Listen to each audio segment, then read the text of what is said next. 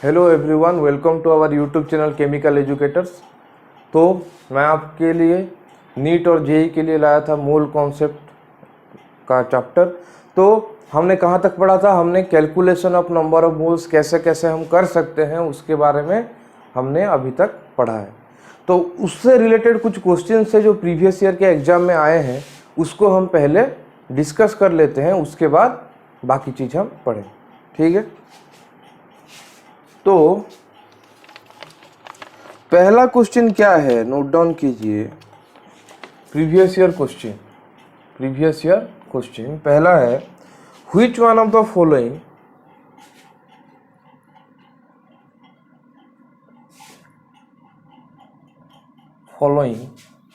Has maximum number of molecules.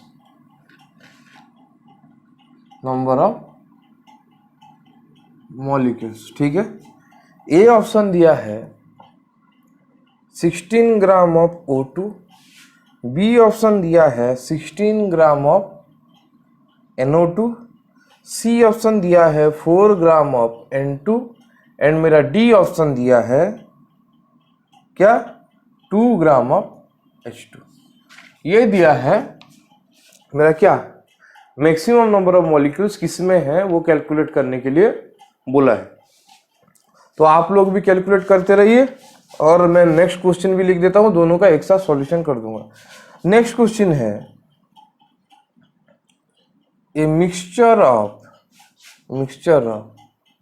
Gas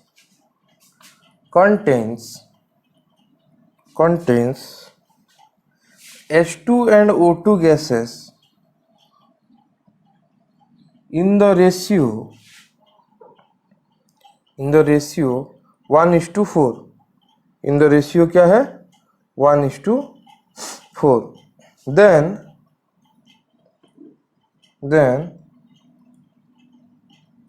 what is the molar ratio of two gases in the mixture तो ये है मेरा Kerala PMT 2015 का question और ये है मेरा AIPMT 2015 का क्वेश्चन जो कैंसल हो गया था, ठीक है, उसका क्वेश्चन। तो इधर क्या है, ऑप्शन क्या है, ए है 16:1, बी है 2:1, सी है 1:4 और डी है 4:1। तो ये दोनों क्वेश्चन आप नोट डाउन कर लीजिए, अच्छे तरह से नोट डाउन कर लीजिए, इसको हम उसके बाद सॉल्व करेंगे। ठीक है, तो पहला क्वेश्चन में देखिए मांगा है कि which has maximum number of molecules. तो आपको पता है कि नंबर ऑफ मॉलिक्यूल्स क्या होता है, equal to number of moles into Na होता है, हाँ या ना। तो जिसका नंबर ऑफ मोल्स ज्यादा होगा उसका नंबर ऑफ मॉलिक्यूल्स भी ज्यादा होगा, जिसका नंबर ऑफ मोल्स ज्यादा होगा उसका नंबर ऑफ मॉलिक्यूल्स भी ज्यादा होगा। तो इन चारों में हम नंबर ऑफ मोल्स निकाल देते हैं। तो इसका नंबर ऑफ मोल्स कितना होगा, n 16/O2 का कितना है 32। इसका नंबर ऑफ मोल्स होगा 4/28। इसका होगा 16/NO2 का कितना होगा वेट, NO2 का मोलर मास कितना होगा, नाइट्रोजन का 14, इसका होगा 32। तो 14 बाय क्या होगा, 16/46, 14 + 32 46 होता है। इसका होगा कितना है, इक्वल टू 2/H2 का कितना है, H2 का मोलर मास है 2, H2 का मोलर मास कितना है 2। तो ये हमारा निकल गया कितना 1, ये हमारा 1 निकल गया। इसका वैल्यू कितना निकल गया 0.5, इसका वैल्यू कितना निकल गया 4/28, मतलब कितना होगा 4/28 करो, 4/28 मतलब 1/7, 1/7। और उसका वैल्यू कितना होगा 0.35, 0.35, तो 1/7 मतलब 0.14 होगा। ये होगा 0.14, ये है 1, इसका है कितना, इसका है 1, इसका है 0.35 और इसका है 0.5। ठीक है, तो अभी देखिए कि नंबर ऑफ मोल्स किसका ज्यादा है, नंबर ऑफ मोल किसका ज्यादा है। तो O2, NO2, N2 और H2, सबसे ज्यादा नंबर ऑफ मोल्स किसका है, सबसे ज्यादा नंबर ऑफ मोल्स है H2 का, जिसका 1 है। तो जिसका ज्यादा नंबर ऑफ मोल्स होगा उसका ज्यादा नंबर ऑफ मॉलिक्यूल्स होगा। यहां से हमें मिल गया फॉर्मूला से, हाँ या ना। तो आंसर होगा क्या हमारा, डी ऑप्शन, आंसर होगा हमारा डी ऑप्शन। ठीक है, बहुत इजी क्वेश्चन है। नंबर ऑफ मोल्स निकालना है, तो नंबर ऑफ मोल्स जिसका ज्यादा होगा नंबर ऑफ मॉलिक्यूल्स भी उसका ज्यादा होगा, क्योंकि Na तो अवोगाड्रो नंबर है जो कि एक कांस्टेंट वैल्यू है। कितना उसका वैल्यू है, 6.023 इंटू 10⁻23, किसका वैल्यू, Na का वैल्यू। अभी देखिए सेकंड नंबर क्वेश्चन में लिखा है कि a mixture of gas contains H2 and O2 gases in the ratio 1:4। तो हम लिख सकते हैं कि, क्या लिख सकते हैं कि इनका गिवन वेट जो है, ठीक है, क्या लिखा है क्वेश्चन में दिया है कि mixture of gas contains in the ratio, और ये कौन सा रेशियो दिया है क्वेश्चन में, एक में छोड़ दिया था, W/W, मतलब वेट बाय वेट रेशियो दिया है। अगर कुछ नहीं दिया है तो याद रखना कि ये वेट बाय वेट रेशियो दिया होगा, नहीं तो गिवन होगा वेट बाय वेट। ठीक है, तो मेरा क्या दिया है, मेरा मास of H2 divided by mass of O2 का रेशियो दिया है 1/4, हाँ या ना, 1/4। ठीक है, समझ में आया। तो मैं क्या कर सकता हूं, मैं क्या कर सकता हूं, इनका जो मास है इससे डिवाइड कर दूंगा इनका मोलर मास को, समझ में आया। तो उसके बाद मैं क्या करूंगा, MH2 divided by molar mass of H2 divided by क्या कर दूंगा, MO2 divided by molar mass of O2। ठीक है, molar mass of O2 equal to हो जाएगा 1 by molar mass of H2 divided by 1 by molar mass of O2।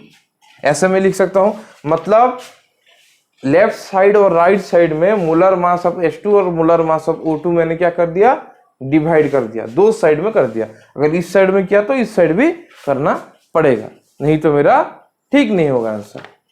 ठीक है, तो molar mass of H2 by molar, मतलब इसको हम लिख सकते हैं number of moles of H2, इसको लिख सकते हैं क्या, number of moles of O2। तो number of moles of O2 by H2 by number of moles of O2 equal to क्या हो जाएगा, वैल्यू पुट कर दीजिए, 1 by molar mass of H2 कितना होता है, 2, हाँ या ना, मोलर मास ऑफ H2 कितना होता है, 2, डिवाइडेड बाय क्या हो जाएगा, ये 1 नहीं, ये 4 है, ये 4 था। Molar mass of H2 by, sorry, mass of H2 by molar mass of H2 divided by mass of O2 by molar mass of O2।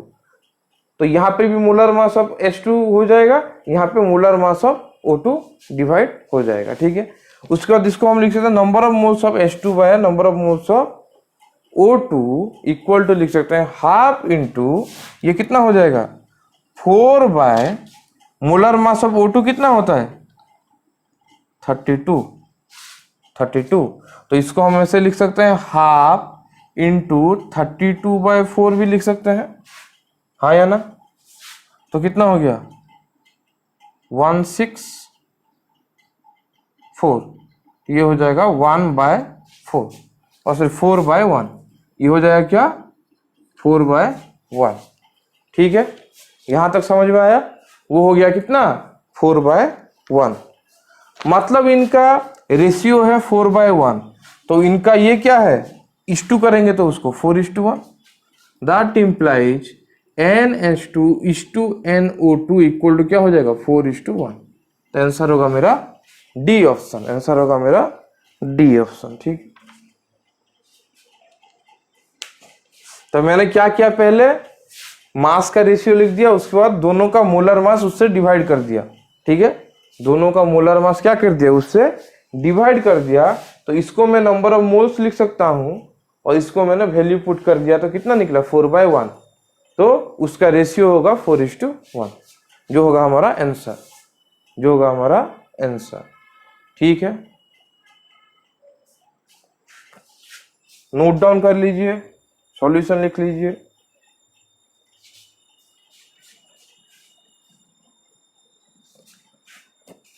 ठीक है, हो गया होगा, इरेज करना।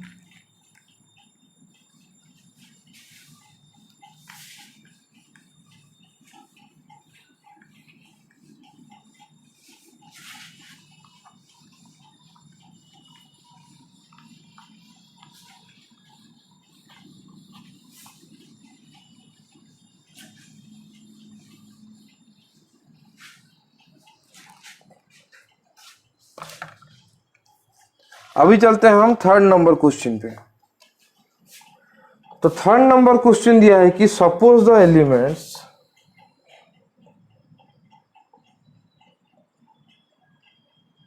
Elements x and y combine to form two compounds xy2 and x3y2। उसके बाद question में दिया है when 0.1 mole of xy2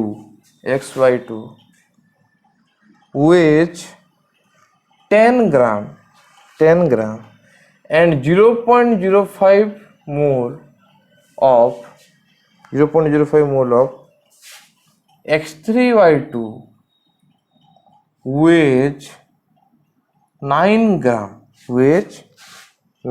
gram, the atomic weight of x and y are। A option दिया है 40-30, बी ऑप्शन दिया है 60-40, सी ऑप्शन दिया है 20-30, डी ऑप्शन दिया है 30-20। तो क्वेश्चन नोट डाउन कर लीजिए, और ये क्वेश्चन आया है नीट 2016 का क्वेश्चन है, नीट 2016 का क्वेश्चन है ये। ठीक है, क्वेश्चन नोट डाउन कर लीजिए अच्छे से, उसके बाद हम सॉल्यूशन करेंगे।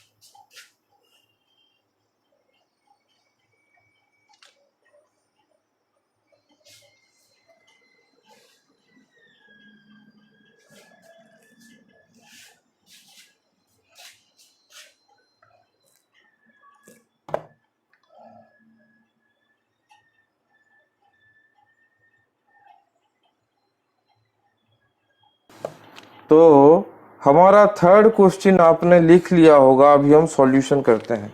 सॉल्यूशन क्या दिया है, सॉल्यूशन में लेट हम पकड़ लेते हैं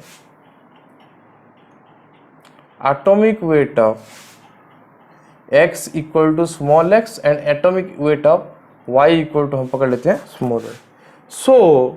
सो मैं लिख सकता हूं क्या, मैं लिख सकता हूं कि मेरा xy2 के लिए मॉलिक्यूलर वेट कितना होगा x + 2y। वैसे ही x2 और x3y2 के लिए मॉलिक्यूलर वेट कितना होगा 3x + 2y। हाँ या ना, समझ में आया। उसके बाद मुझे पता है number of moles equal to क्या होता है, given weight by molecular weight, given weight by molecular weight. हाँ या ना, और मोलर वेट भी बोल सकते हैं। समझ में आया, ये होता है मेरा नंबर ऑफ मोल्स। ठीक है, तो अभी देखिए xy2 के केस में क्या होगा, नंबर ऑफ मोल्स गिवन है, नंबर ऑफ मोल्स कितना दिया है, नंबर ऑफ मोल्स दिया है 0.1, गिवन वेट दे दिया है 10 ग्राम, डिवाइडेड बाय मॉलिक्यूलर वेट दिया नहीं है, मॉलिक्यूलर वेट दिया नहीं है। हाँ या ना, ये 10 ग्राम दिया है मॉलिक्यूलर वेट दिया नहीं है। तो यहाँ से मुझे इक्वेशन मिल सकता है 1x + 2y = 100। इसको मैं इक्वेशन 1 दे देता हूँ। उसके बाद देखिए x3y2 के केस में नंबर ऑफ मोल्स दिया है कितना 0.5, हाँ या ना, number sorry 0.05, number of moles जो है कितना 0.05 इक्वल टू उसका वेट दिया है 9 डिवाइडेड क्या हो रहा था 3x/2y हो रहा था। दैट इम्प्लाइज मैं लिख सकता हूँ 3x + 2y = 180। ये है मेरा इक्वेशन 2। ठीक है। तो उसके बाद मैं अगर इक्वेशन 2 से इक्वेशन 1 को माइनस कर देता हूँ, इक्वेशन 2 से इक्वेशन 1 को अगर माइनस कर देता हूँ तो क्या हो जाएगा, क्या हो जाएगा, ये माइनस हो जाएगा। क्या लिख सकता हूँ 3x + 2y - x - 2y = 180 - 100। That implies 2y cancel, ये हो गया 2x = 80। दैट इम्प्लाइज x = कितना हो गया 40। x = हो गया कितना 40। ठीक है, समझ में आ गया। x = क्या हो गया 40 ग्राम। ठीक है। अभी देखिए ये तो हो गया एक पार्ट, ये तो हो गया एक पार्ट, x मिल गया। अभी यहां पे अगर मैं x का वैल्यू पुट कर देता हूं, अगर मैं पुट कर देता हूं x का value, x value in equation 1 में अगर मैं x का वैल्यू पुट कर देता हूं तो क्या हो जाएगा ये 40 + 2y = 100। दैट इम्प्लाइज 2y = कितना हो गया 100 - 40 = 60। दैट इम्प्लाइज y = कितना हो जाएगा 60/2 = हो जाएगा 30। 60/2 = कितना हो गया 30 हो गया। ठीक है, 30 हो गया। समझ में आया, नॉर्मल मैथमेटिक्स है। तो मेरा आंसर क्या आया 40 एंड 30। x का होगा 40, y का होगा 30, जो कि मेरा कौन सा ऑप्शन था, जो कि मेरा ए ऑप्शन था, जो कि मेरा ए ऑप्शन था। तो आंसर होगा कौन सा, आंसर हो जाएगा मेरा ए ऑप्शन, आंसर हो जाएगा ए ऑप्शन। तो पहले क्या करना है, दोनों का मॉलिक्यूलर वेट निकालना है और मोलर वेट निकालना है, उसके बाद उसको इक्वेट कर देना है। समझ में आया, आ गया होगा समझ।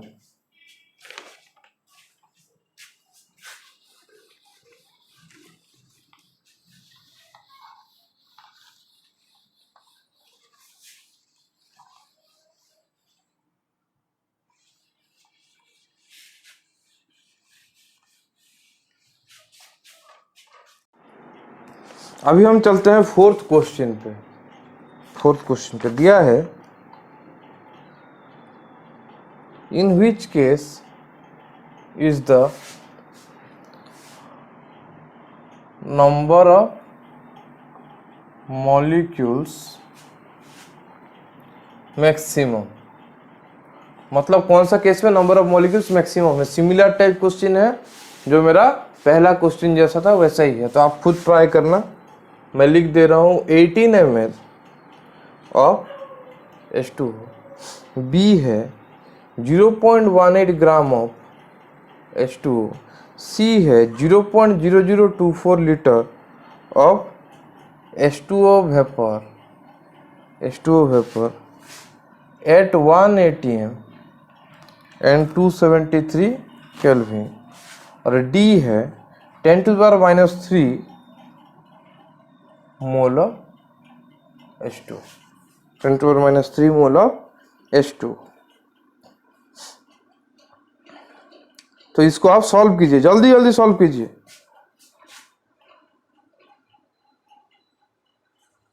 ये है ये कहाँ पे आया था, ये नीट 2018 में ये क्वेश्चन आया था, मतलब रिसेंट क्वेश्चन है बोल सकते हो। नीट 2018 में क्वेश्चन आया था ये वाला। तो जल्दी जल्दी सॉल्व कीजिए, आपको दे रहा हूं मैं 2 मिनट का टाइम। ये पहले से मैं करवाया हूं इसलिए थोड़ा टाइम दे रहा हूं, आप कीजिए सॉल्व। कितना आएगा, मतलब कौन सा वाला ऑप्शन सही होगा कमेंट सेक्शन में, और जो चार्ट सेक्शन में अपना आंसर बताइए जल्दी जल्दी।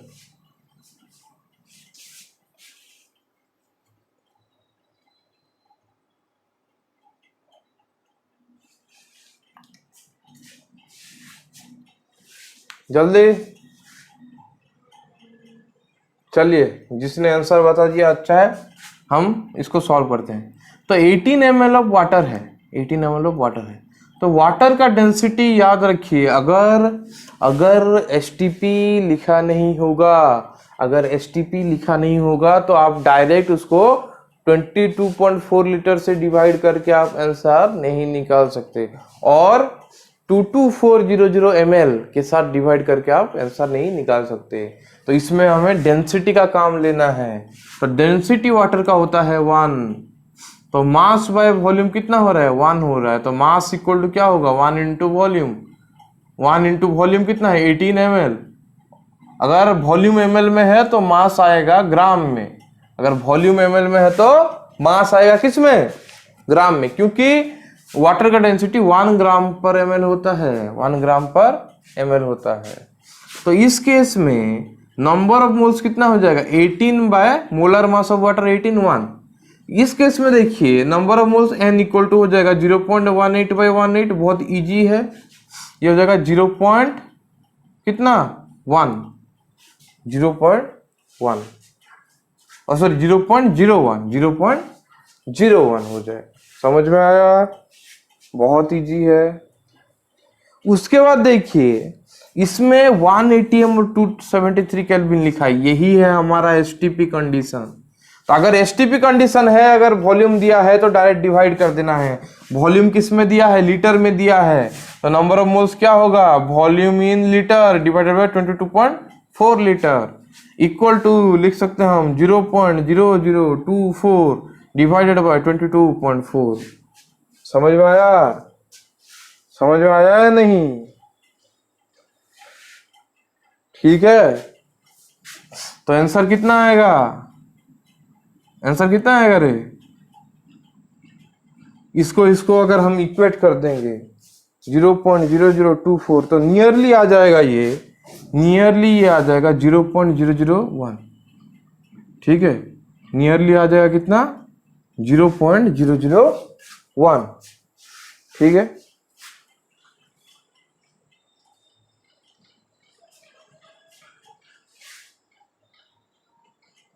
ठीक है, नियरली इतना आ जाएगा। सही है या गलत है, एक बार चेक कर लो, 1 2 3, 0.0001, 0.30 उसके बाद 1, ठीक है, इसका वैल्यू है। वैसे इसका वैल्यू कितना है, नंबर ऑफ मोल्स तो दिया गया है 10⁻³ n इक्वल टू दे दिया है 10⁻³। तो मैंने बोला था जिसका नंबर ऑफ मोल्स ज्यादा होगा उसका नंबर ऑफ मॉलिक्यूल्स ज्यादा होगा। तो नंबर ऑफ मोल्स किसका ज्यादा है, पहला केस में वाटर का, जिसका नंबर ऑफ मोल्स 1 है। तो मेरा आंसर होगा कौन सा, ए ऑप्शन, आंसर होगा ए ऑप्शन, ठीक है।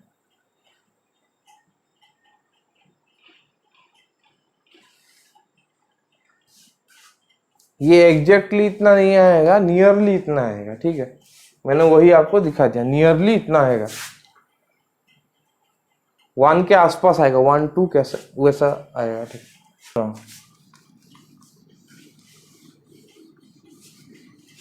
यहां तक क्वेश्चन हमारा था, मतलब हमने अभी तक जो भी पढ़ा है उसमें ऐसा क्वेश्चन आ रहा, मतलब एक क्वेश्चन तो आ ही जाएगा मेडिकल के एंट्रेंस में। उसके बाद हम चलते हैं, आज जो हम कॉन्सेप्ट पढ़ेंगे नया वाला कॉन्सेप्ट, नेक्स्ट हम पढ़ेंगे स्टोचियोमेट्रिक कैलकुलेशन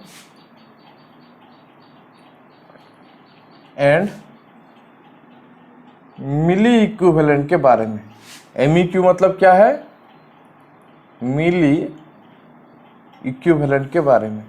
तो इसके बारे में हम क्यों पढ़ेंगे, क्योंकि हमारा जो केमिकल रिएक्शन हो रहा है उसमें स्टोचियोमेट्रिक कैलकुलेशन एक इंपॉर्टेंट पार्ट है। और जो मिली इक्विवेलेंट मैं आपको पढ़ाऊंगा ना, ये मिली इक्विवेलेंट का जो कॉन्सेप्ट यूज करके आप कोई भी रिएक्शन हो उसमें कुछ भी मांगा हो, नंबर ऑफ मोल्स मांगा हो, मोलारिटी मांगा हो, नॉर्मलिटी मांगा हो, या अमाउंट ऑफ प्रोडक्ट फॉर्म मांगा हो, कुछ भी मांगा हो, आप लोग क्या कर सकते हो, उसको सॉल्व कर सकते हो। इसलिए मैं आपको मिली इक्विवेलेंट के बारे में भी अच्छा नॉलेज दे दूंगा, ठीक है। तो स्टोचियोमेट्री क्या होता है, पहला बात जानने के लिए, एक अगर रिएक्शन है N2 plus 3H2 will give rise to क्या है 2NH3 है, इस टाइप का रिएक्शन है, पकड़ लीजिए। तो रिएक्टेंट और प्रोडक्ट मतलब जो भी केमिकल स्पीसीज है उससे पहले जो नंबर रहता है उसको बोलते हैं स्टोचियोमेट्रिक कोफिशिएंट। इसमें हम लिख सकते हैं 1 इंटू N2 भी लिख सकते हैं, क्योंकि इसका स्टोचियोमेट्रिक कोफिशिएंट कितना है 1 है। ठीक है, तो जो नंबर्स रहता है किसका, कोई स्पेसिस से पहले इन ए केमिकल रिएक्शन, उसको हम बोलते हैं स्टोचियोमेट्रिक कोफिशिएंट। तो ये 1, 3 और 2 को हम क्या बोलेंगे, स्टोचियोमेट्रिक कोफिशिएंट हम बोलेंगे। ठीक है, स्टोचियोमेट्रिक कोफिशिएंट बोलेंगे। और इस स्टोचियोमेट्रिक कोफिशिएंट के रिलेटेड जो भी कैलकुलेशन रहता है उसको हम बोलते हैं स्टोचियोमेट्रिक कैलकुलेशन। ठीक है, तो स्टोचियोमेट्रिक कोफिशिएंट आपको पता चल गया किसको बोलते हैं। तो स्टोचियोमेट्रिक कोफिशिएंट हमें क्या देता है, स्टोचियोमेट्रिक कोफिशिएंट हमें इंफॉर्मेशन देता है किसके बारे में, नंबर ऑफ मोल्स के बारे में। तो इस रिएक्शन में हम बोल सकते हैं कि 1 mole of N2 and 3 moles of H2 will react to form 2 moles of ammonia.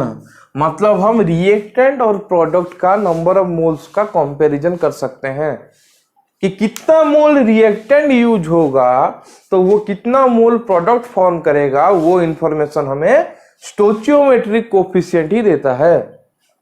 तो इसको हम क्या लिख सकते हैं कि 1 mole of N2 will react with 3 moles of H2 to give 2 moles of ammonia. समझ में आया, हाँ या ना। तो ये है हमारा स्टोचियोमेट्रिक कोफिशिएंट। तो इसमें हम क्या कर सकते हैं, इसका नंबर ऑफ मोल्स को इसके साथ इक्वेट कर सकते हैं। तो हम लिख सकते हैं कि 1 mole of N2 is equivalent to 3 moles of H2 equivalent to क्या है 2 मोल्स ऑफ NH3। हम ऐसे भी लिख सकते हैं, मतलब इन तीनों को हम एक साइड में कंपैरिजन कर सकते हैं। तो अगर हमें number of moles of N2 दिया होगा एक रिएक्शन में, तो हम कितना अमाउंट H2 हमें चाहिए या हमें कितना अमाउंट NH3 मिलेगा, हम वो बोल सकते हैं। ठीक है, कैसे बोलेंगे इसको आप नोट डाउन कर लीजिए, उसके बाद मैं आपको समझाऊंगा वो। ठीक है,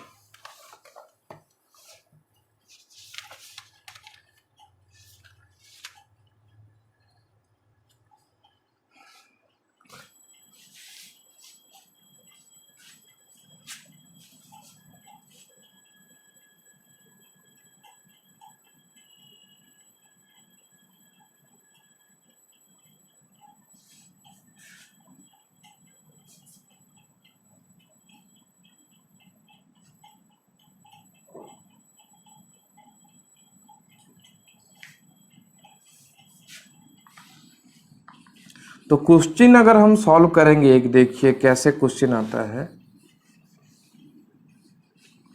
ये रिएक्शन दिया है, तो क्वेश्चन दिया है कि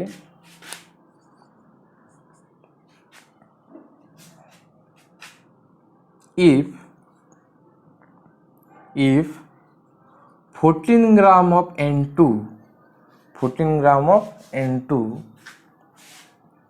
is taken, then how many grams of hydrogen will react with it to form how many grams of ammonia। इस टाइप का क्वेश्चन है, मतलब 14 ग्राम ऑफ N2 अगर हम लेंगे then how many grams of H2, मतलब कितना ग्राम H2 उसको रिएक्ट करके कितना ग्राम अमोनिया फॉर्म करेगा, कितना ग्राम अमोनिया फॉर्म करेगा, वो है मेरा क्वेश्चन। तो इसको कैसे सॉल्व करेंगे देखिए, इसको कैसे सॉल्व करेंगे देखिए। तो आप सबको पता है कि क्या है 1 मोल N2 क्या करेगा, इक्विवेलेंट कर देंगे 3 मोल्स H2 के साथ और उसको इक्विवेलेंट कर देंगे 2 मोल्स ऑफ NH3 के साथ। ठीक है, तो पहले इन दोनों को अगर कंपेयर करेंगे ऑफ N2 इक्विवेलेंट टू क्या होगा 3 moles of H2, 3 moles of H2। ठीक है, हाँ या ना। सो यहां पे जो N2 दिया है, यहां पे जो N2 दिया है वो कितना दिया है, गिवन है N2 का गिवन वेट फॉर N2 दिया है 14 ग्राम, हाँ या ना। So number of moles of N2 क्या होगा 14/28 इक्वल टू 1/2, मतलब 0.5 मोल, हाँ या ना। तो गिवन क्या है, वेट ऑफ N2 है, तो उधर से मैंने number of moles of N2 निकाल दिया जो है मेरा 0.5 मोल। ठीक है, तो 1 मोल ऑफ N2 क्या करेगा 3 मोल्स ऑफ H2 के साथ इक्विवेलेंट है, तो 0.5 मोल N2 किसके साथ इक्विवेलेंट होगा 3 इंटू 0.5 मोल्स H2 के साथ, हाँ या ना। दैट इक्वल टू हम क्या लिख सकते हैं 1.5 मोल्स H2 के साथ वो इक्विवेलेंट होगा। समझ में आया उतना, हाँ या ना। तो H2 का नंबर ऑफ मोल्स मिल गया कितना, number of moles of H2 मिल गया हमें कितना 1.5, हाँ या ना। तो number of moles of H2 क्या होता है, number of moles of H2 हो जाता है मेरा weight, given weight of H2 by molecular weight of H2 और molar weight of H2 equal to मुझे मिल गया 1.5, हाँ या ना 1.5। यहां तक समझ में आया। तो दैट इंप्लाइज मैं क्या करूंगा, given weight of H2 equal to क्या हो जाएगा 1.5 into molecular weight of H2, 1.5 into molecular weight of H2। और इसको मैं ऊपर भी लिख सकता हूं, इसको मैं ऊपर लिख दे रहा हूं इरेज करके कि मेरा गिवन वेट ऑफ H2 हो गया 1.5 into molecular weight of H2, है ना।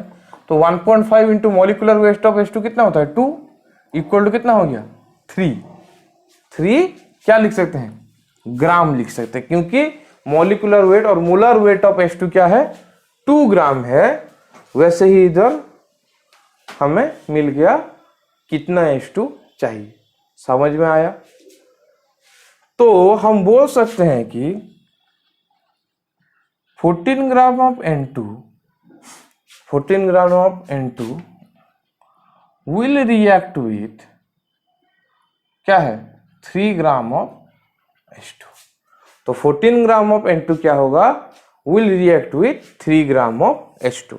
समझ में आया। पहले क्या करना है, दोनों का मोल को इक्विवेलेंट कर देना है, उधर से इसका नंबर ऑफ मोल्स निकाल देना है किसका N2 का। तो N2 का नंबर ऑफ मोल्स निकल गया, उसको इक्विवेलेंट कर देना है किसके साथ H2 के नंबर ऑफ मोल्स के साथ। तो 1 मोल के लिए कितना हो रहा है 3 मोल हो रहा है, तो 0.5 मोल के लिए कितना होगा 3 इंटू 0.5 मोल, मतलब 1.5 मोल्स हो गया। उसके बाद उस नंबर ऑफ मोल्स को यूज करके हम क्या निकाल सकते हैं, amount of H2 gas reacted निकाल सकते हैं। समझ में आया? यहां तक नोट डाउन कर लीजिए, उसके बाद हम नेक्स्ट स्टेप को जाएंगे जिसमें हम अमाउंट ऑफ NH3 निकालेंगे। ठीक है, अमाउंट ऑफ NH3 निकालेंगे।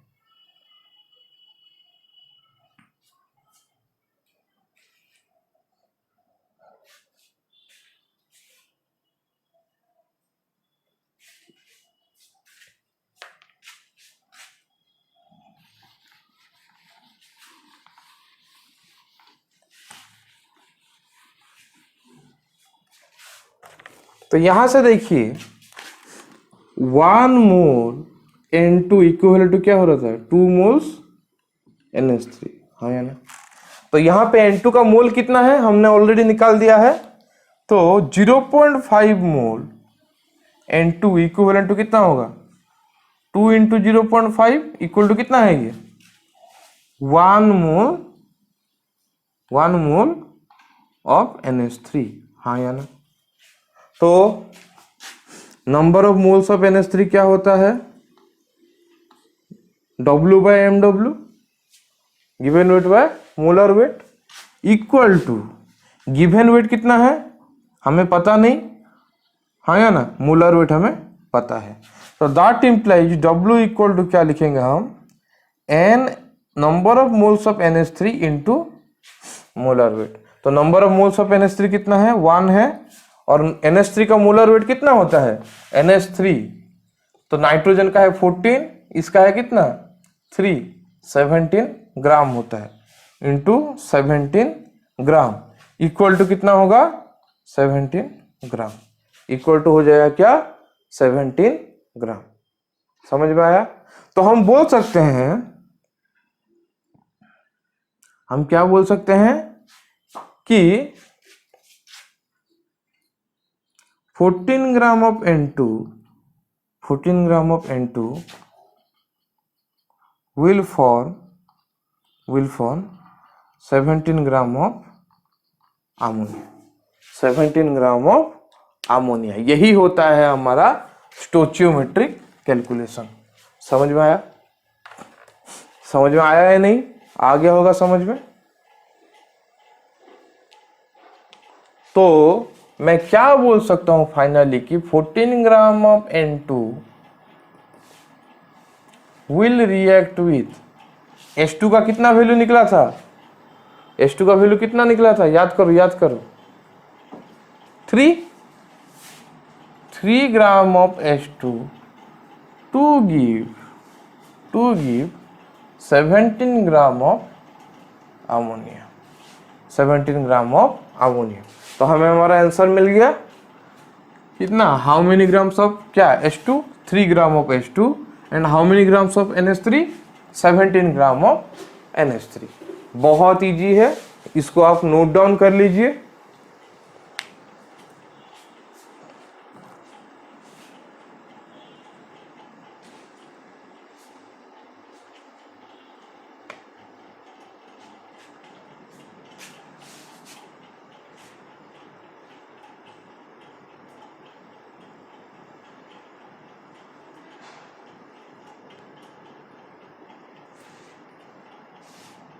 तो ये है मेरा मोल्स के हिसाब से कॉन्सेप्ट।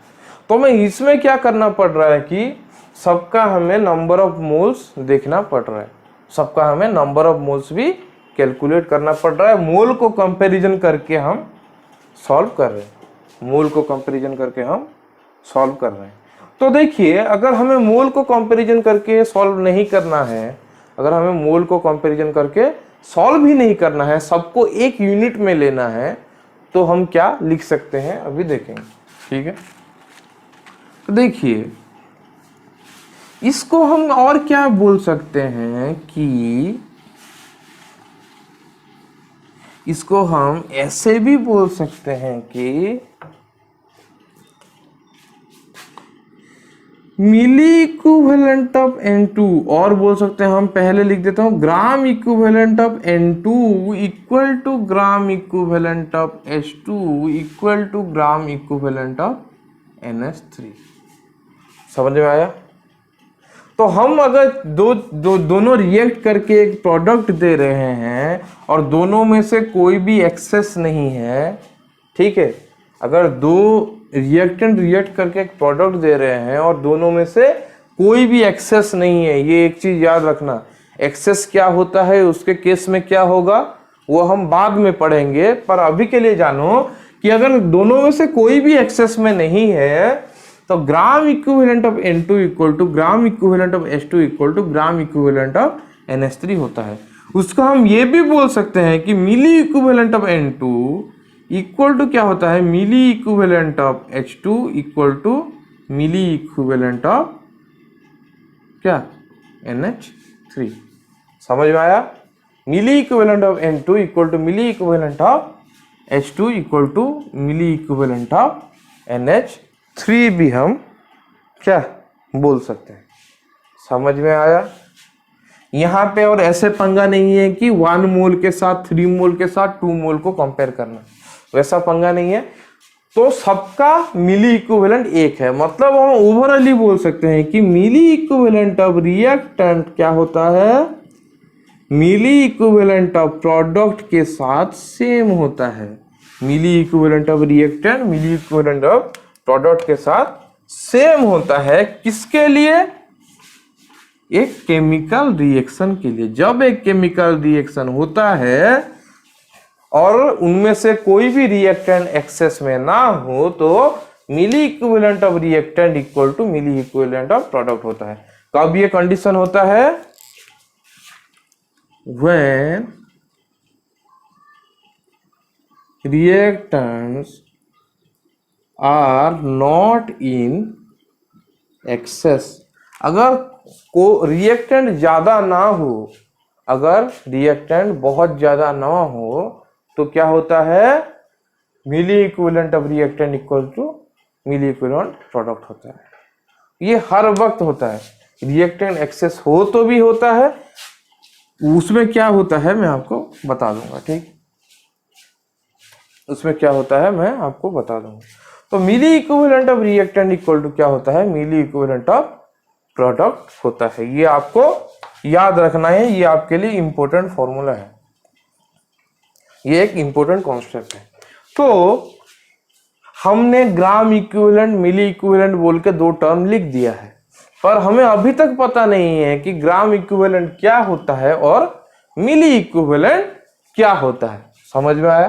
तो वो क्या होता है उसके बारे में हम अभी पढ़ना शुरू करेंगे कि क्या होता है मिली इक्विवेलेंट और क्या होता है ग्राम इक्विवेलेंट और उनको कैसे कैलकुलेट करते हैं। तो हम ग्राम इक्विवेलेंट नहीं पढ़ेंगे, हम डायरेक्टली मिली इक्विवेलेंट ही पढ़ेंगे, क्योंकि हमारा फ्यूचर में जितना भी क्वेश्चन आने वाला है मोल कॉन्सेप्ट के रिलेटेड या रिएक्टेंट और प्रोडक्ट के क्या स्टोचियोमेट्री का कंपैरिजन हो या उसका फॉर्मेशन का कंपैरिजन हो, सब में हम मिली इक्विवेलेंट ही यूज करेंगे, क्योंकि मिली इक्विवेलेंट में स्टोचियोमेट्री कोफिशिएंट का इन्वॉल्वमेंट नहीं हो रहा है, हाँ या ना?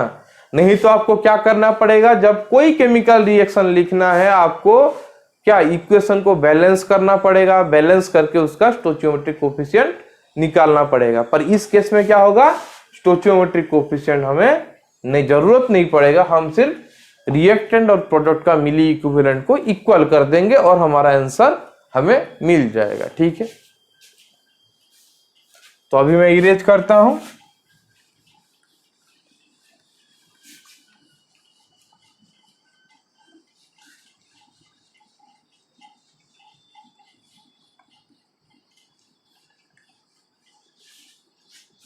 तो अभी हम पहले जानते हैं कि ग्राम इक्विवेलेंट क्या होता है।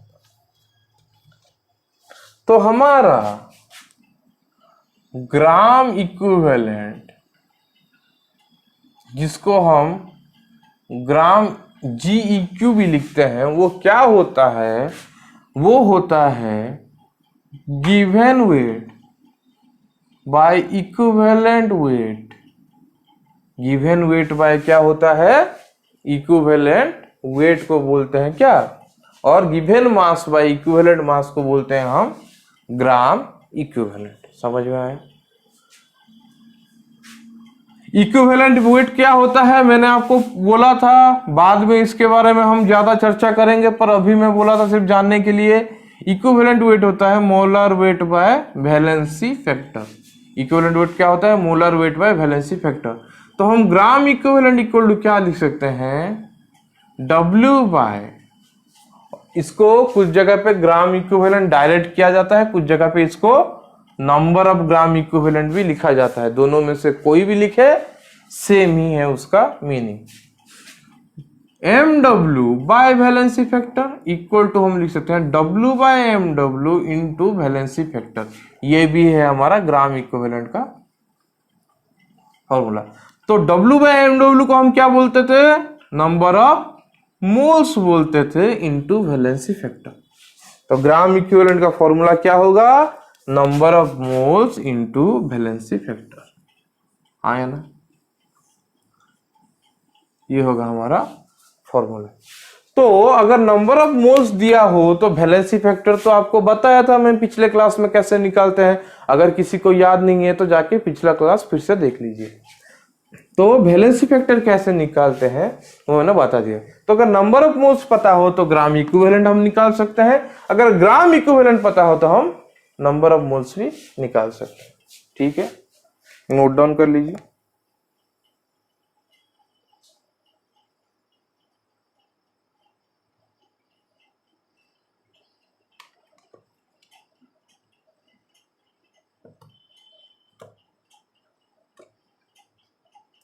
उसके बाद हम आते हैं मिली इक्विवेलेंट।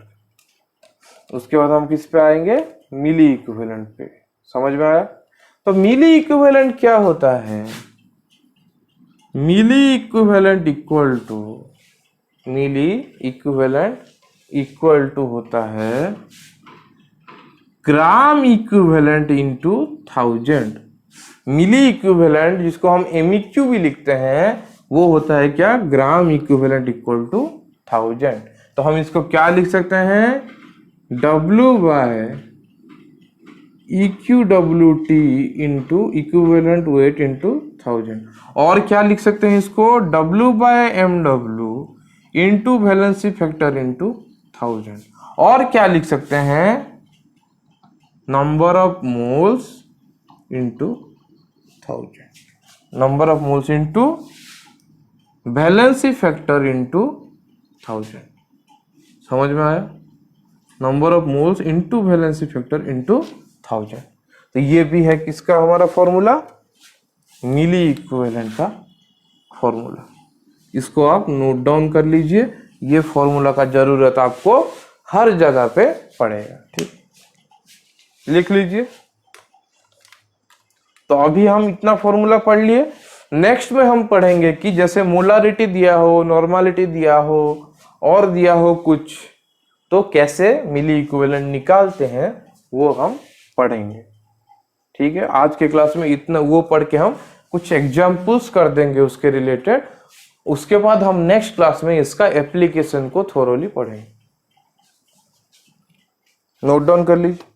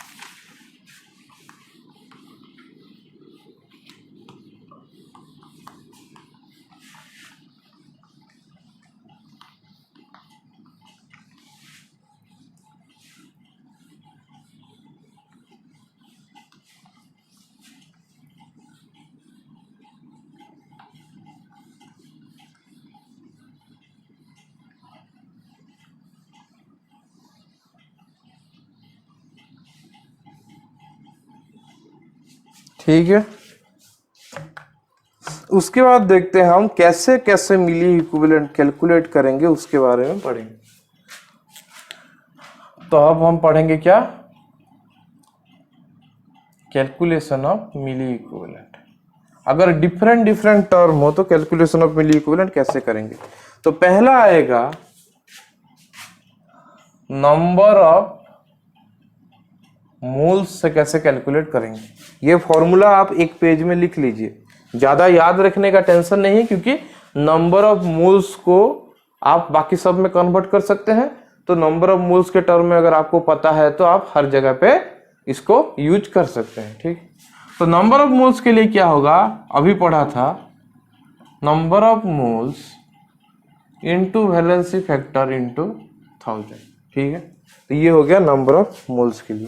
उसके बाद अगर दिया है अमाउंट ऑफ सब्सटेंस, मतलब मास ऑफ सब्सटेंस अगर दिया है तो क्या करेंगे? अमाउंट ऑफ सब्सटेंस अगर दिया है तो मिली इक्विवेलेंट इक्वल टू क्या हो जाएगा, W by MW into valency factor into 1000, है ना, ये हो जाएगा। उसके बाद थर्ड में आइए, अगर दिया है वॉल्यूम ऑफ सॉल्यूशन और वॉल्यूम ऑफ गैस अगर दिया है, अगर वॉल्यूम ऑफ गैस दिया है तो आपको पता है कि जब वॉल्यूम दिया है गैस का STP में दिया होगा अगर, तो क्या होता है, नंबर ऑफ मोल्स क्या होता है, नंबर ऑफ मोल्स होता है given volume by molar volume. तो इसको हम क्या लिख सकते हैं, given volume at STP divided by क्या है, molar volume at STP into valency factor into 1000, हाँ या ना। नंबर ऑफ मोल्स के जगह सिर्फ ये यूज कर दिए हम। ठीक है, तो गिवन वॉल्यूम ऑफ STP, तो फिर से लिख सकते हैं इसको, गिवन वॉल्यूम एट STP ये अगर ml में है, ये अगर ml में है तो molar volume at STP ml में कितना होता है, 22400 ml into valency factor into 1000, into valency factor into 1000। समझ में आया? ये अगर ml में है। अगर लीटर में है, अगर लीटर में है, अगर ये लीटर में है तो ये होगा कितना, 22.4 litre into valency factor into 1000। समझ में आया मिली इक्विवेलेंट का फॉर्मूला, हाँ या ना? सबको आया होगा समझ में। अगर STP दिया है तो हम ऐसे यूज करेंगे। ठीक है, नोट डाउन कर लीजिए ये तीन फॉर्मूला को। कुछ नहीं है, तीन फॉर्मूला डिफरेंट नहीं है, नंबर ऑफ मोल्स, इसलिए मैं आपको सबसे पहले नंबर ऑफ मोल्स कैसे कैलकुलेट करते हैं बता दिया था। अगर आपको नंबर ऑफ मोल्स कैसे कैलकुलेट करते हैं पता है तो आप उसका ही डिफरेंट फॉर्म है, ये उसका ही डिफरेंट फॉर्म यूज करके मिली इक्विवेलेंट का डिफरेंट फॉर्मूला आप खुद डिराइव कर सकते हो। ठीक है,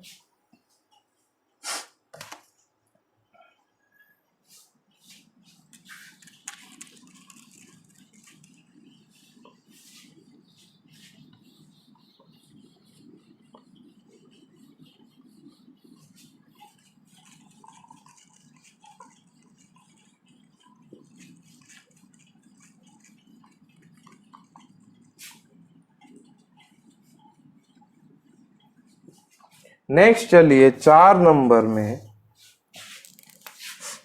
नंबर में दिया है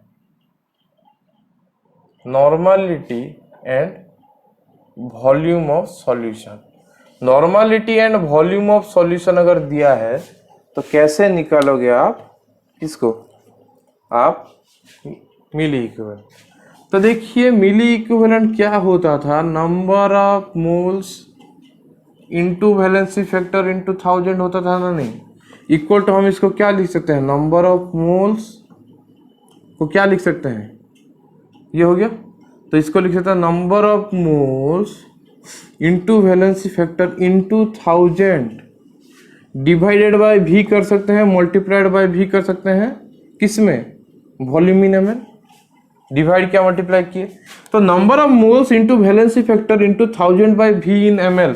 आपको मैंने कॉन्सेंट्रेशन टर्म्स में पढ़ाया था कि इसको हम क्या बोलते हैं, नॉर्मलिटी।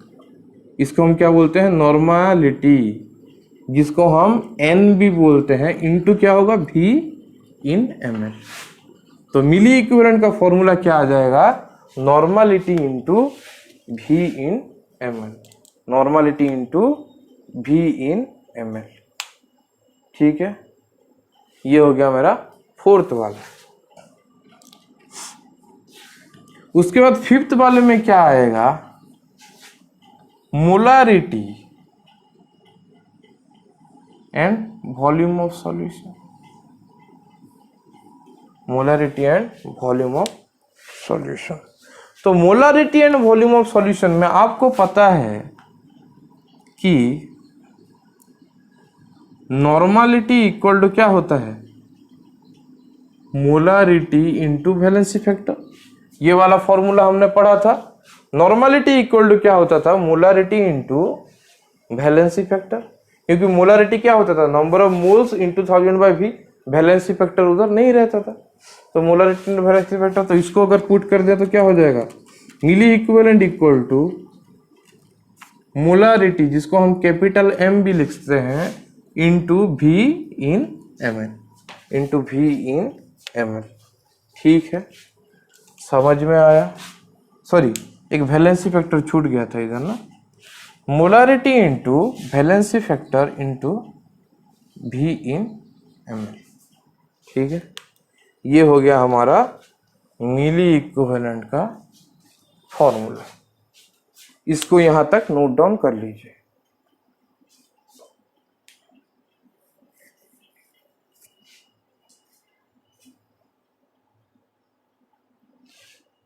नोट डाउन कर लीजिए।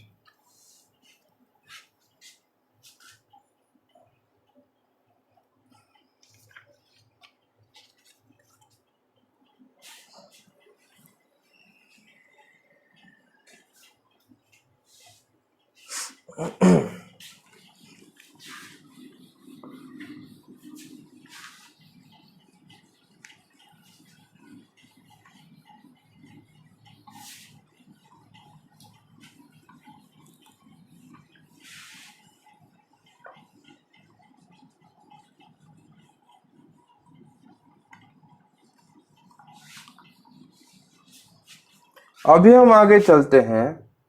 अभी अगर आगे चलते हैं कि अगर नंबर ऑफ मॉलिक्यूल्स दिया होगा तो कैसे कैलकुलेट करेंगे। अगर नंबर ऑफ मॉलिक्यूल्स गिवन है तो मिली इक्विवेलेंट कैसे कैलकुलेट करेंगे। तो मेरा मिली इक्विवेलेंट क्या हो रहा था, number of moles into valency factor into 1000 हो रहा था। तो नंबर ऑफ मोल्स को मैं ऐसे भी लिख सकता हूं, number of molecules divided by Avogadro number को नंबर ऑफ मोल्स बोलते हैं, इंटू वैलेंसी फैक्टर इंटू 1000। तो मेरा मिली इक्विवेलेंट नंबर ऑफ मॉलिक्यूल्स के टर्म में क्या हो गया, ऐसे हो गया, ऐसे हो गया। ठीक है, ऐसे हो गया। ठीक है, उसके बाद आते हैं, अगर ग्राम एटॉम में दिया है, अगर ग्राम एटॉम में दिया है तो क्या करेंगे, ग्राम मॉलिक्यूल में दिया है तो क्या करेंगे, और ग्राम आयन में दिया है तो क्या करेंगे। ग्राम आयन्स में अगर दिया है तो कैसे इसका फॉर्मूला हम निकालें। ठीक है, तो आप सबको पता है कि अगर एक एटॉम है, अगर हमने कुछ एटॉम लिया है तो number of moles equal to क्या होता था, ग्राम एटॉम्स होता था। तो हमारा ग्राम एटॉम और ग्राम एटॉम्स जो होता है, नंबर ऑफ मोल्स वही होता है, इसीलिए हम इसको ऐसे भी लिख देंगे, नंबर ऑफ मोल्स के जगह पे ग्राम एटॉम्स लिख दिया, वैलेंसी फैक्टर इंटू 1000। यहां पे वैसे ही क्या लिख दिया, gram molecules into valency factor into 1000। इधर लिख दिया gram ions into valency factor into 1000। इसको आप नोट डाउन कर लीजिए।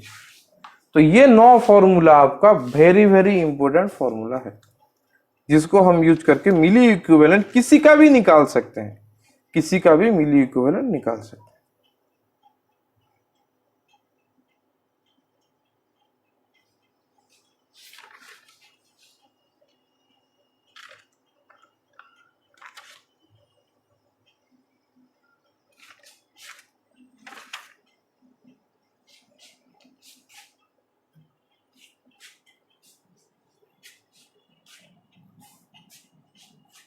ठीक है।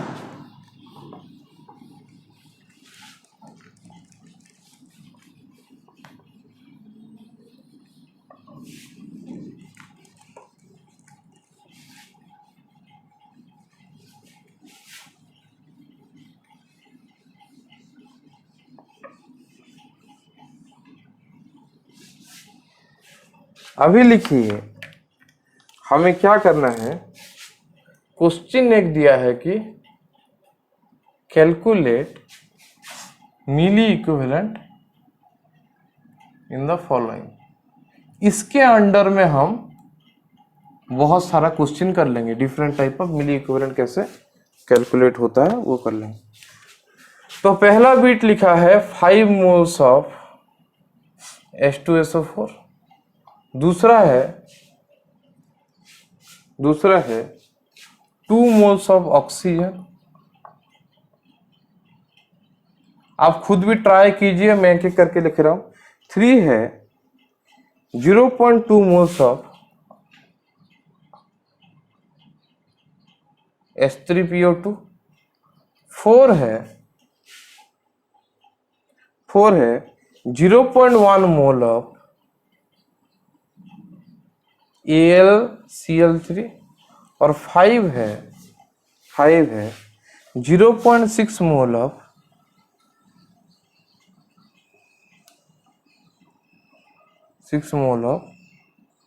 H3BO3। इसको आप कैलकुलेट कीजिए जल्दी।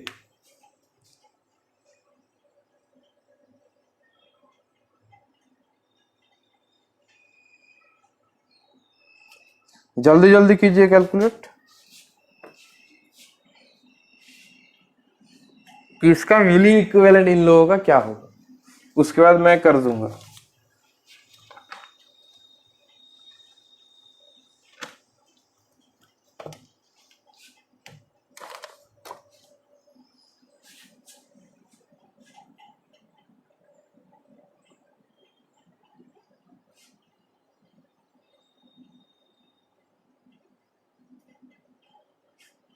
ठीक है, तो मेरा मिली इक्विवेलेंट क्या होता है, सब तो नंबर ऑफ मोल्स में दिया है ना, number of moles into valency factor into 1000 होता था।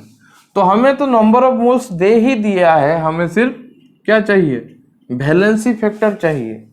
हमें नंबर ऑफ मोल्स तो गिवन ही है, हमें सिर्फ वैलेंसी फैक्टर ही चाहिए। समझ में आया? तो वैलेंसी फैक्टर निकालना है। पहले H2SO4 है, तो ये एसिड है, तो नंबर ऑफ रिप्लेसेबल हाइड्रोजन कितना है, 2 है, तो इसका वैलेंसी फैक्टर कितना होगा, 2। ऑक्सीजन,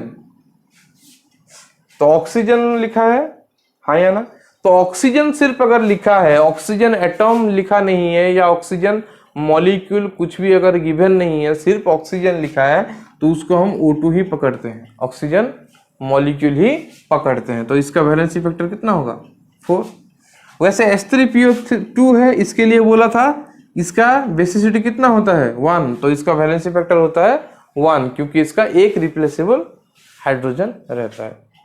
AlCl3 सॉल्ट है, तो क्या होता है, टोटल पॉजिटिव चार्ज और टोटल नेगेटिव चार्ज, ये देगा क्या, Al3 plus 3Cl minus, total charge कितना हो रहा है, 3, तो वैलेंसी फैक्टर होगा 3।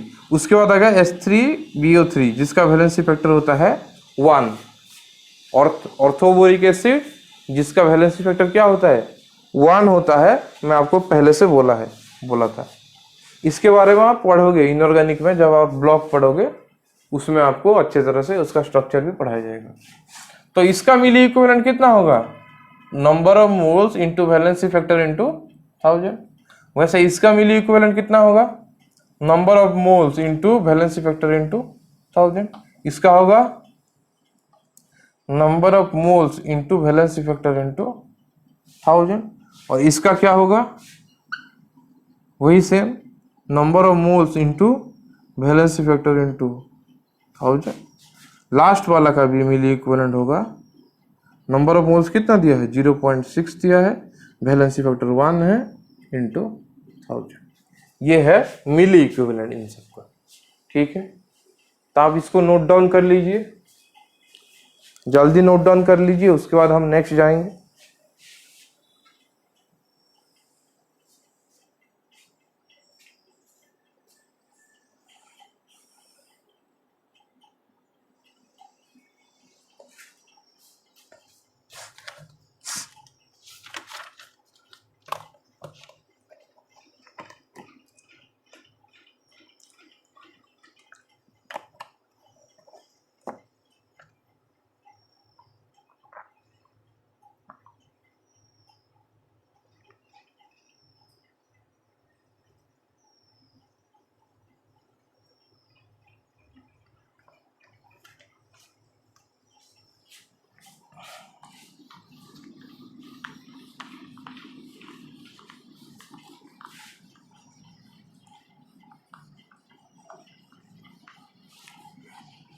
उसके बाद नेक्स्ट क्वेश्चन दिया है, ये तो एक क्वेश्चन होगी। नेक्स्ट क्वेश्चन में दिया है, क्या क्या दिया है लिख लीजिए।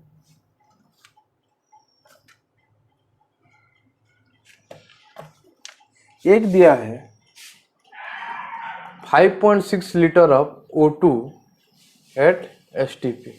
एक दिया है 5.6 litre of O2 eight STP।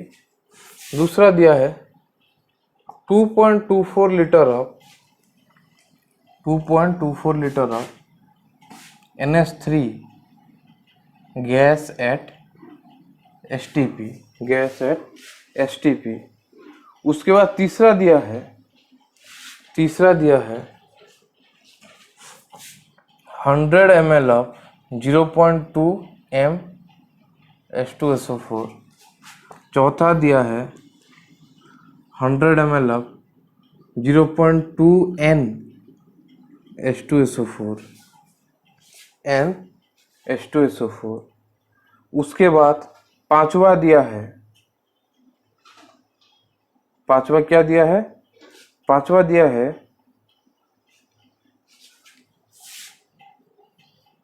0.1 Na, मतलब नंबर ऑफ मॉलिक्यूल्स दिया है 0.1 Na मॉलिक्यूल्स ऑफ H2SO4।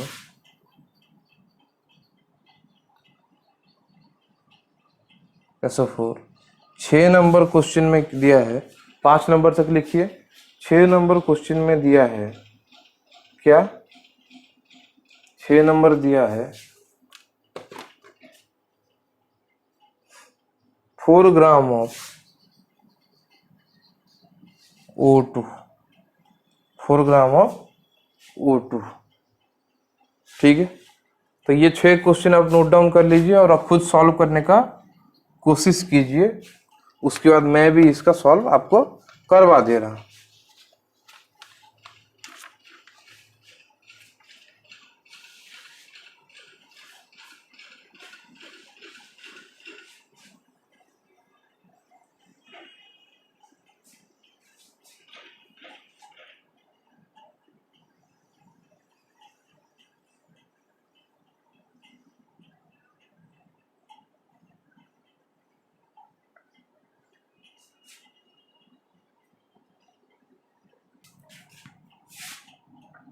तो MEQ इक्वल क्या होता था? Moles into valency factor into 1000। हाँ या ना? तो जब वॉल्यूम दिया रहता था STP में, तब क्या होता था milli equivalent? Given volume at STP ही था divide by molar volume at STP। और उसको क्या लिखते थे? अगर गिवन वॉल्यूम है लीटर में तो यहाँ होता था divide bye 22.4 into valency factor into 1000 होता था। हाँ या ना? तो यहाँ पे कितना ही है 5.6 बाय 22.4 इंटू वैलेंसी फैक्टर कितना होगा? O2 दिया है तो इसका वैलेंसी फैक्टर है 4। ऑक्सीजन सिर्फ O दिया होता तो उसका होता 2। 4 इंटू 1000 इक्वल टू क्या हो जाएगा? 4, ये भी तो 4 हो जाएगा ना, 4 1/4 इंटू 4 इंटू 1000 इक्वल टू कितना हो जाएगा? 1000। इसका MEQ कितना होगा? 1000 हो जाएगा। ठीक है, अभी देखिए इसका MEQ कितना होगा? 2.24 लीटर दिया तो वही कर देंगे 2.24 by 22.4 into valency factor ammonia जब गैसियस होता था तब कितना होता था 3, जब एक्वस होता था तब होता था 1, ठीक है। तो इसको 3 इंटू 1000, तो ये तो कैंसल आउट हो गया, कितना हो गया ये 0.1, 0.1 हो गया, ठीक है। हाँ या ना, 0.1 हो गया इंटू 3 इंटू 1000, तो इसको मैं क्या लिख सकता हूँ 300, तो इसका MEQ कितना हो गया 300, इसका MEQ हो गया 300। समझ में आया सेकंड का। उसका थर्ड में दिया है 100 ml ऑफ 0.2 मोलर H2SO4, तो क्या होता था मिली इक्विवेलेंट, अगर मोलारिटी दिया है तो molarity into valency factor into V in ml होता था, हाँ या ना। तो मोलारिटी कितना है 0.2, H2SO4 का वैलेंसी फैक्टर कितना है 2 इंटू 2 इंटू वॉल्यूम कितना दिया है 100, वॉल्यूम दिया है 100, तो मिली इक्विवेलेंट कितना होगा 0.4 इंटू 100 मतलब 40, मिली इक्विवेलेंट हो जाएगा मेरा 4040, ठीक है। अभी ये केस में 4 नंबर में देखिए, मिली इक्विवेलेंट इक्वल टू क्या दिया है नॉर्मलिटी दिया है, तो नॉर्मलिटी क्या होता था N इंटू वी ml, मतलब normality into valency factor, sorry volume in ml होता था, इसमें वैलेंसी फैक्टर का इन्वॉल्वमेंट रहता ही नहीं था, तो ये कितना हो जाएगा 0.2 इंटू 100 इक्वल टू हो गया 20। तो डिफरेंस पता चला, अगर मोलारिटी दिया है तो वैलेंसी फैक्टर रहेगा, नॉर्मलिटी दिया है तो वैलेंसी फैक्टर नहीं रहेगा। तो इसको नोट डाउन कर लीजिए, आगे भी इसको पूरा खत्म कर देता हूं, उसके बाद नोट डाउन करना। मिली इक्विवेलेंट इसका, ठीक है, तो क्या होता था number of molecules divided by Na into 1000, हाँ या ना, ऐसे होता था। क्या होता था number of molecules into divided by Na into valency factor into 1000, ये होता था मेरा क्या फॉर्मूला। तो इधर नंबर ऑफ मॉलिक्यूल्स कितना है 0.1 Na है, हाँ या ना, डिवाइडेड बाय कितना हो गया Na, वैलेंसी फैक्टर कितना है H2SO4 का वैलेंसी फैक्टर होता है 2 इंटू 1000, तो Na और Na कैंसल आउट हो गया, तो 0.2 इंटू 1000 मतलब कितना हो रहा है 200, तो इसका वैलेंसी फैक्टर आ रहा है 200।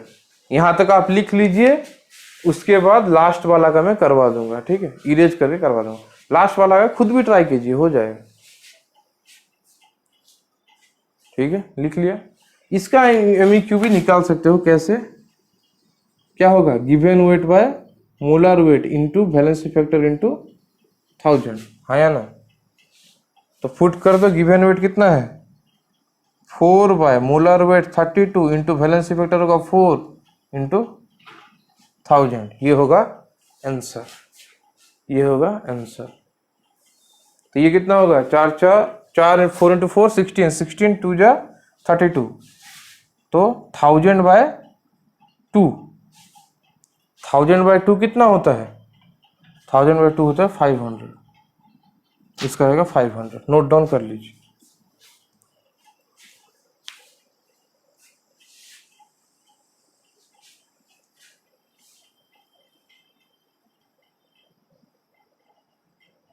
नोट डाउन कर लीजिए, बहुत इजी है, बहुत इजी।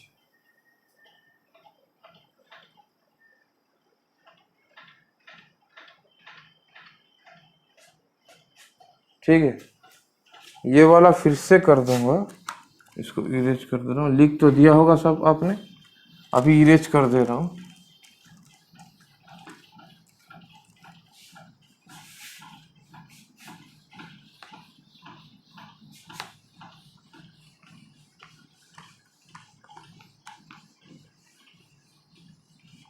लास्ट वाला क्या दिया था, लास्ट वाला को फिर से लिख दे रहा हूँ क्योंकि नीचे पूरा छोटा छोटा हैंडराइटिंग में लिखा था। क्या लिखा था 4 ग्राम ऑफ O2 लिखा था, हाँ या ना।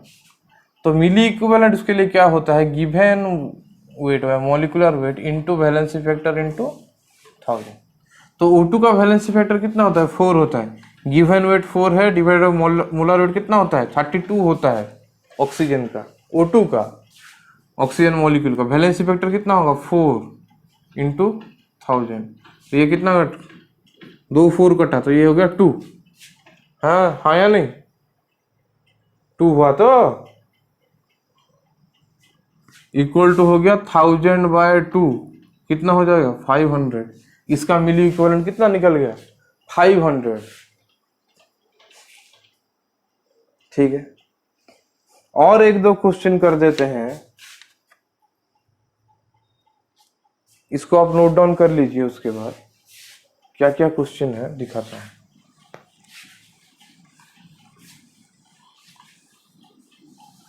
और एक दो क्वेश्चन है।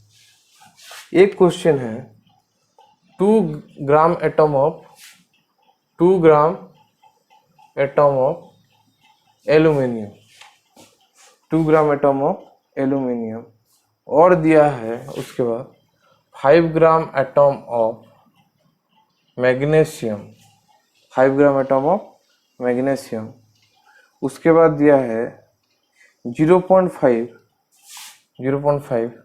ग्राम आयन ऑफ Al3+, लिख लीजिए ग्राम आयन ऑफ Al3+।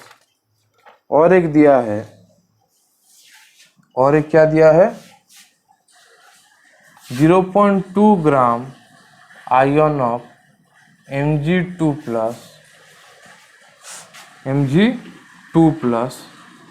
और एक दिया है 0.1 gram ion of Al2SO4 gram ion नहीं तो ग्राम मॉलिक्यूल ऑफ Al2SO4। ठीक, इसको कैसे हम निकालेंगे। तो देखिए ग्राम एटम ऑफ Al दिया है, तो मैंने बोला था कि ग्राम एटम जो होता है ग्राम इक्विवेलेंट वो होता है, तो क्या हो रहा था ग्राम एटम और ग्राम आयंस और ग्राम मॉलिक्यूल्स, हाँ या ना, एक ही होता है, डिपेंड करता है कि वो एटम है, आयन है या मॉलिक्यूल है। इंटू 1000 इंटू क्या होता था वैलेंसी फैक्टर इंटू 1000। ठीक है, तो एल्यूमिनियम और मैग्नीशियम दिया है, पकड़ लीजिए। तो देखिए एल्यूमिनियम का क्या रहता है, एल्यूमिनियम का वैलेंसी फैक्टर होता है 3, मैग्नीशियम का होता है क्या 2। क्योंकि एल्यूमिनियम 3+ होगा तो स्टेबल होता है, 2+, मैग्नीशियम ऐसा 2+ होता है तो क्या स्टेबल होता है, मतलब वो ऑक्टेट सेटिस्फाई करता है। ठीक है, इसीलिए इनका इस टाइप का दिखाते हैं वो लोग। ठीक है, समझ में आया, हाँ या ना। तो मैग्नीशियम का वैलेंसी फैक्टर होगा इसीलिए 2 और एल्यूमिनियम को होगा 3, क्योंकि Al3+ होगा तो वो स्टेबल होगा, Mg2+ होगा तो वो स्टेबल होगा। नहीं तो वो क्या बोलते हैं वैलेंसी फैक्टर, में आपको बोला था कि वो कितना बॉन्ड करने के बाद स्टेबल स्ट्रक्चर देगा, मतलब कितना बॉन्ड वो कर सकता है, उसको बोलते हैं क्या, उसको बोलते हैं उसका वैलेंसी। नॉर्मली कितना बॉन्ड करता है, समझ में आया। और ज्यादा भी कर सकता है बॉन्ड, पॉसिबिलिटी है, पर नॉर्मली बोला है। तो इसको अगर 3+ कर दिया तो ये स्टेबल हो जाएगा, इसको अगर 2+ कर दिया तो वो स्टेबल कॉन्फ़िगरेशन हो जाएगा, इसलिए ये 3 और इसका होगा 2। समझ में आया। तो इसका मिली इक्विवेलेंट क्या हो जाएगा और इसका क्या हो जाएगा, इसका मिली इक्विवेलेंट हो जाएगा नंबर ऑफ ग्राम एटम्स कितना है 2, वैलेंसी फैक्टर 3000। इसका कितना हो जाएगा 5 इंटू 2 इंटू 1000, 5 इंटू 2 इंटू 1000, हाँ या ना।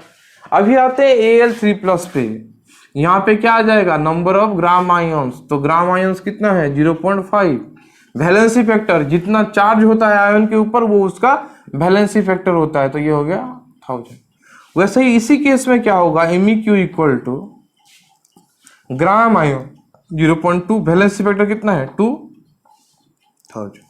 ठीक है, मतलब +2 हो या -2 हो, उसका हर वक्त वैलेंसी फैक्टर हम पॉजिटिव ही लेते हैं, मतलब उसका मॉड ही लेते हैं। ठीक है, अब है फोर्थ वाला, इसमें दिया है ग्राम मॉलिक्यूल, तो इसका वैलेंसी फैक्टर निकालना है। कैसे बोला था, Al2SO4 होल 3, आइदर ऐसे कर सकते हो कि Al3 प्लस कितना है 2 प्लस 3SO4 2 माइनस, तो कितना होगा टोटल चार्ज, मतलब पॉजिटिव चार्ज हो या नेगेटिव चार्ज हो 6 ही हो रहा है, तो इसका वैलेंसी फैक्टर कितना होता है 6। तो आपको एक शॉर्टकट भी बताया था, क्या करना है, इन दोनों का जो क्या है, जो सबस्क्रिप्ट है, मतलब जो कोफिशिएंट है इन दोनों का, इसका 2 है, इसका 3 है, इन दोनों को आप मल्टीप्लाई कर दोगे, इन दोनों को आप मल्टीप्लाई कर दोगे तो जितना आएगा वो आपका आएगा क्या, वैलेंसी फैक्टर। मतलब एक कंपाउंड देखना कितना एल्यूमिनियम है और कितना सल्फेट है, इन दोनों को मल्टीप्लाई कर देना तो ये आ जाएगा क्या, वैलेंसी फैक्टर। तो इसका वैलेंसी फैक्टर कितना होगा 6, 3 इंटू 2 6। तो मिली इक्विवेलेंट क्या होगा 0.1 into number of gram molecule into valency factor 6 into 1000, 6 into 1000। तो इसको आप नोट डाउन कर लीजिए,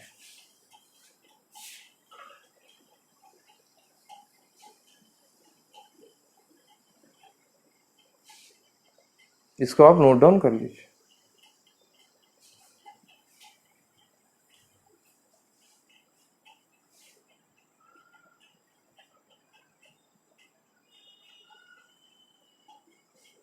ठीक है,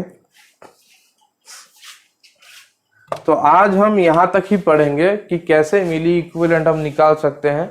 बहुत सिंपल था, पर मैंने आपको बता दिया कैसे कर सकते हैं। अभी आपको कोई भी कंपाउंड दे या कोई भी एटम दे, कोई भी आयन दे, आप उसका मिली इक्विवेलेंट जरूर निकाल सकते हैं, क्योंकि मैंने आपको पूरा ही टॉपिक कवर करवा दिया है। ठीक है, तो आज हम यहां तक ही पढ़ते हैं और नेक्स्ट क्लास में हम पढ़ेंगे क्या, milli equivalent of application, milli equivalent का एप्लीकेशन। तो नेक्स्ट क्लास में हम क्या क्या पढ़ेंगे, मिली इक्विवेलेंट का एप्लीकेशन पढ़ेंगे और लिमिटिंग रिएजेंट क्या होता है उसके बारे में हम पढ़ेंगे। मिली इक्विवेलेंट का एप्लीकेशन पढ़ेंगे और लिमिटिंग रिएजेंट क्या होता है उसके बारे में पढ़ेंगे, अच्छे तरह से पढ़ेंगे। जैसे हमारा मूल कॉन्सेप्ट का कोई भी क्वेश्चन है हम उसको आराम से सॉल्व कर सकते हैं। तो आज का क्लास अगर अच्छा लगा तो वीडियो को लाइक कीजिए, अपने दोस्तों के साथ वीडियो को शेयर कीजिए और अगर नए हैं तो चैनल को जरूर सब्सक्राइब कीजिए। और जो भी मैं पढ़ा रहा हूँ क्लास में उसको क्लास कीजिए। अगर कुछ समझ नहीं आया तो आप फिर से उसको एक बार वीडियो देखिए और फिर से समझने का कोशिश कीजिए। उसके बाद अगर आपको फिर भी प्रॉब्लम हुआ तो आप हमसे व्हाट्सएप ग्रुप जो है हमारा केमिकल एजुकेटर का, जो जेई और नीट के लिए है, वहाँ पे आप हमको कांटेक्ट कर सकते हो और हमें क्वेश्चन आप पूछ सकते हो इसके रिलेटेड। तो जितना भी आपके पास बुक है, कोई बेसिक बुक भी हो तो वहां से आप क्वेश्चंस प्रैक्टिस कीजिए। और पिछले क्लास का हर वक्त, मतलब पिछले क्लास में जो पढ़ाया था उसको नए क्लास से पहले आप अगले क्लास से पहले पढ़ के आइए, जरूर पढ़ के आइए, तो आपको ज़्यादा हेल्पफुल होगा। तो यहाँ पे मेरा क्लास खत्म हो रहा है। अच्छे से रहिए, पढ़ाई कीजिए और अपना ख्याल रखिए।